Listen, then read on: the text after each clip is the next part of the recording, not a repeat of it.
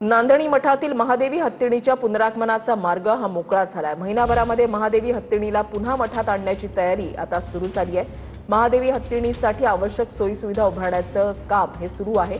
नांदणी मठ परिसरात महादेवी हत्तीणीच्या वास्तव्याची संपूर्ण व्यवस्था पूर्ण झाल्यानंतर संबंधित एचपीसीकडे पाठपुरावा करून महादेवी हत्तीणीला पुन्हा नांदणी मठामध्ये आणण्याचा प्रयत्न केला जाणार आहे। दुसरीकडे सध्या नांदणी मठ परिसरात माधुरीसाठी आवश्यक सुविधांची उभारणी वेगाने सुरू आहे। ज्या ठिकाणी माधुरीला ठेवण्यात येणार आहे त्या परिसरात शेड उभारणी, रंगरंगोटी तसंच हरित वातावरण निर्माण करण्यासाठी वृक्षारोपणाची कामं सुरू आहेत।